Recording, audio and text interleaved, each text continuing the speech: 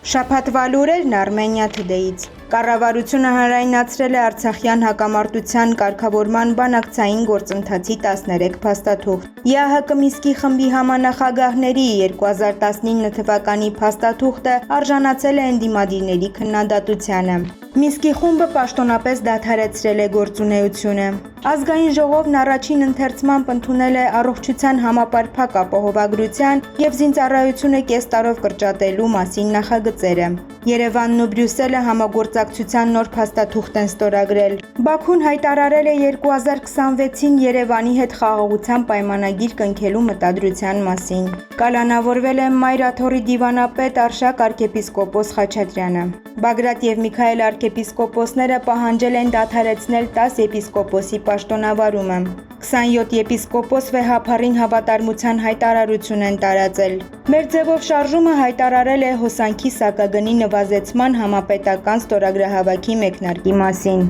Սամվել Կարապետյանի ապօրինի կալանքի երկարաձգման դեմ բողոքը վարույթ է ընդունվել։ Փաշիկ Ալավերդյանը հեռացվել է Հայաստանի ծանրամարտի հավաքականի գլխավոր մարզչի պաշտոնից։ Արցախի Քարվաճառի և Բերձորի լեռնային հատվածներում հրդեհներ են։ Ռուսաստանի նախագահ Վլադիմիր Պուտինը և Ամերիկայի Միացյալ Նահանգների նախագահի ներկայացուցիչները քննարկել են Ուկրաինայի հարցով ամերիկյան պլանը։